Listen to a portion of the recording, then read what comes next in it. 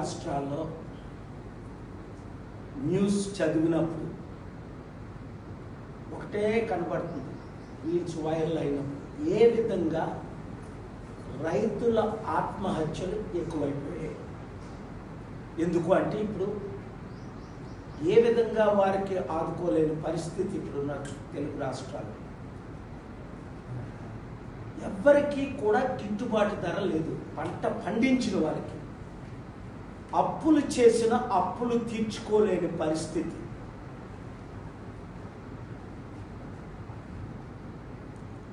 ఈ దేశంలో అతి గొప్ప కరువు రాబోతుంది. మనం కానీ రైతుల్ని ఈ గవర్నమెంట్లు ఆదుకోలేకపోతే. రెండోది, ఈ డ్రగ్స్ని నిరుద్యోగులు దేశ విదేశాల నుండి రప్పించడం, దాన్ని అమ్మకం చేయడం, దానికి ప్రధాన కారణం నిరుద్యోగులకు ఉద్యోగాలు లేకపోవడం. ఆంధ్రప్రదేశ్లో 1 కోటి మంది నిరుద్యోగులు, తెలంగాణలో 60 లక్షల మంది రిజిస్టర్డ్ నిరుద్యోగులు. కనీసం 60,000 రాష్ట్రంలో ఉద్యోగాలు ఇప్పటికీ కల్పించలేదు. నిరుద్యోగ సమస్య మరి ఎవరో తీర్చలేరని ఇప్పుడున్న పార్టీలన్నిటి రుజువైపోయాయి. పోనీ నిరుద్యోగ భృతేనా 2,500, 3,000, 5,000 ఇస్తానని వాగ్దానం చేసిన వాళ్ళు ఈ 1,60,00,000 మందికి కనీసం 1% వారికి కూడా నిరుద్యోగ భృతి అందట్లేదు. 3,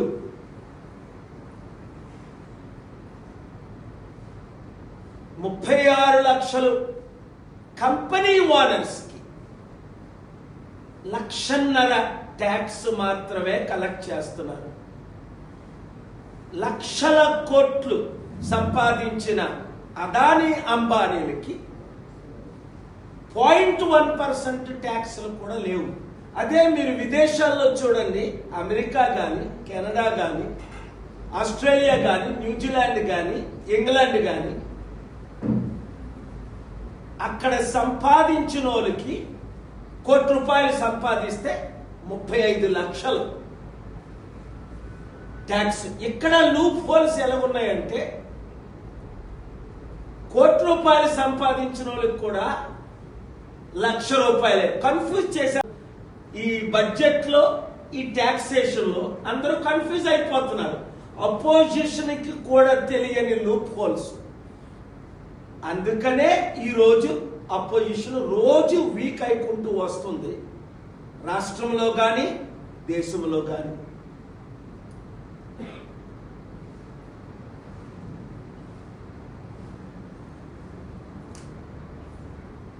బాగా ఇన్ఫ్లుయెన్స్ ఉన్న రాజకీయ నాయకుల్ని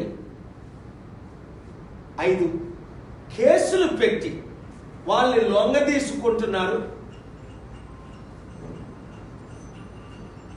ఉదాహరణ, నేను ఢిల్లీ ఎలక్షన్ గురించి ఇంతవరకు మాట్లాడలేదు పూర్తిగా. కేజ్రీవాల్, మనీష్ సిసోడియా,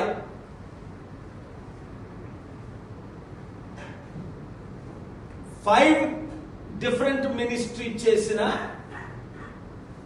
సచేంద్ర జైన్, 3 జైల్లో పెట్టారు.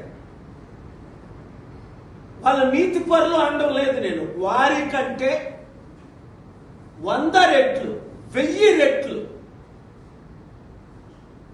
అవినీతి చేసి అడ్డంగా దొరికిపోయిన వాళ్ళ మీద కేసులు బుక్ అవ్వట్లేదు. ఇన్వెస్టిగేషన్స్ సంవత్సరాలు నడుస్తున్నాయి. ఈ లోపున వాళ్ళ ద్వారా 100,000 కోట్లు రాష్ట్రంలో, దేశంలో ఉన్న పార్టీలకి డైరెక్ట్గా వెళ్ళిపోతున్నాయి. నేను దాని గురించి ఒక బుక్ రాయాలా? కోర్టులు ఆశ్రయిస్తే తీర్పులు రావట్లేదు.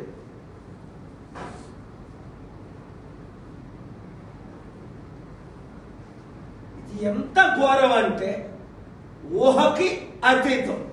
ఇప్పుడు నాకు పూర్తిగా అర్థమైంది కనుక మాట్లాడుతున్నాను. 6 మానభంగాలు ఎంత ఘోరంగా జరుగుతుంది అంటే ఊహించలేము. రిపోర్ట్ చేయడానికి కూడా మీడియాలో ఒకటి రిపోర్ట్ చేయబోసరికి 100 మానభంగాలు జరుగుతున్నాయి.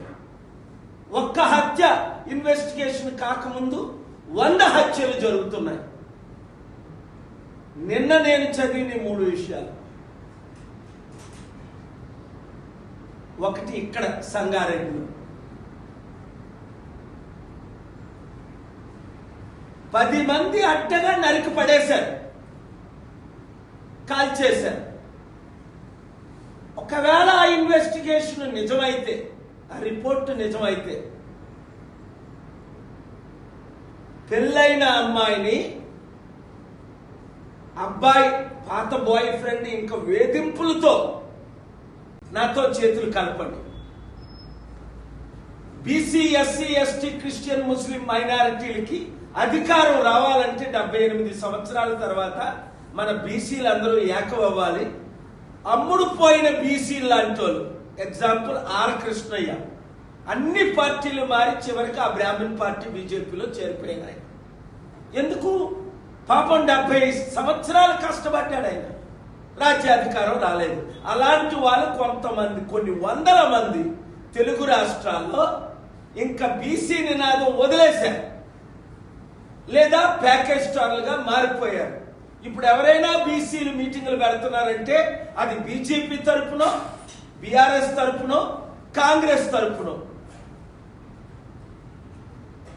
చాప్టర్ క్లోజ్ చేస్తున్నాను కనుక ఇప్పుడైనా కులాలకు మతాలకు అతీతంగా అందరూ కలిసి పనిచేయాలి అంటే ఒక్క ప్రజాశాంతి పార్టీ అవకాశం ఇస్తుంది.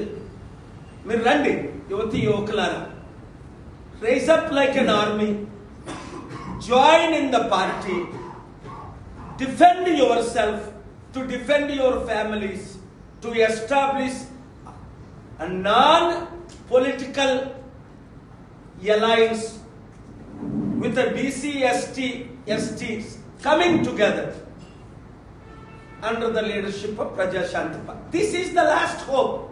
Otherwise you will see more deaths, more destruction, more poverty, more suicides, more killings like in Manipur in the days and months to come.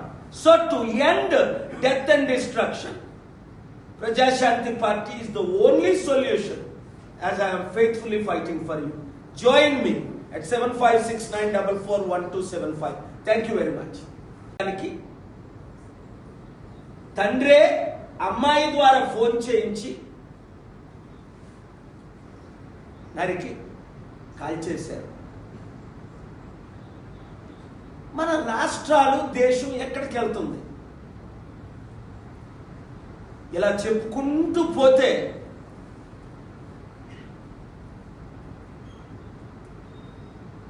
కొన్ని వందల వేల హత్యలు, ఆత్మహత్యలు.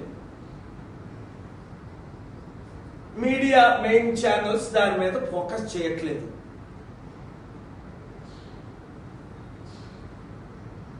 ఎందుకంటే ఓనర్స్ అందరూ రాజకీయ నాయకులు లేదా రాజకీయ నాయకులకి తొత్తులైన వాళ్ళు.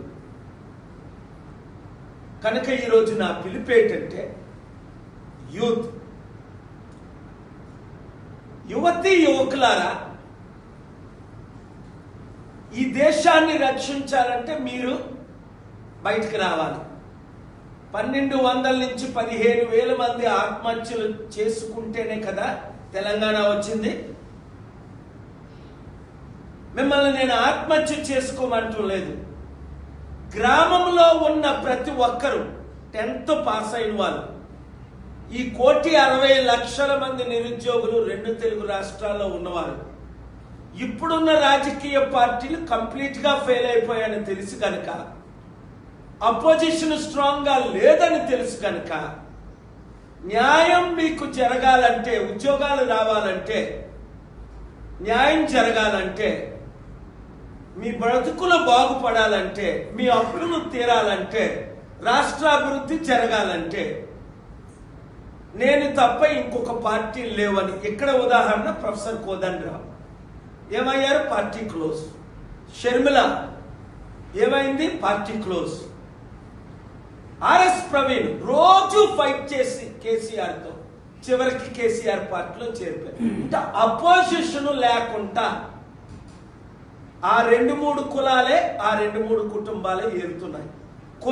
కుటుంబ పాలన అంతం చేయాలి, అభివృద్ధి జరగాలి అంటే ఒక ప్రజాశాంతి పార్టీలో మీరు చేరాలి, 100 మందిని చేర్చాలి. 7569441275 గ్రూపులు పెట్టాలి. ఆ గ్రూపుల పేరు ముందు మీ నియోజకవర్గంతో స్టార్ట్ అవ్వాలి. ఇప్పటికే సర్పంచులుగా పోటీ చేద్దామని అనేక మంది అప్లై చేస్తున్నారు. KAPOL.org వెబ్సైట్లో కూడా మీ ఇన్ఫర్మేషన్ పెట్టవచ్చు. రండి. లేదా ఏంటి మీకు ఫ్యూచర్? ఇంకో ఫ్యూచర్ లేదు మీకు. మిమ్మల్ని మీరు రక్షించుకోవాలంటే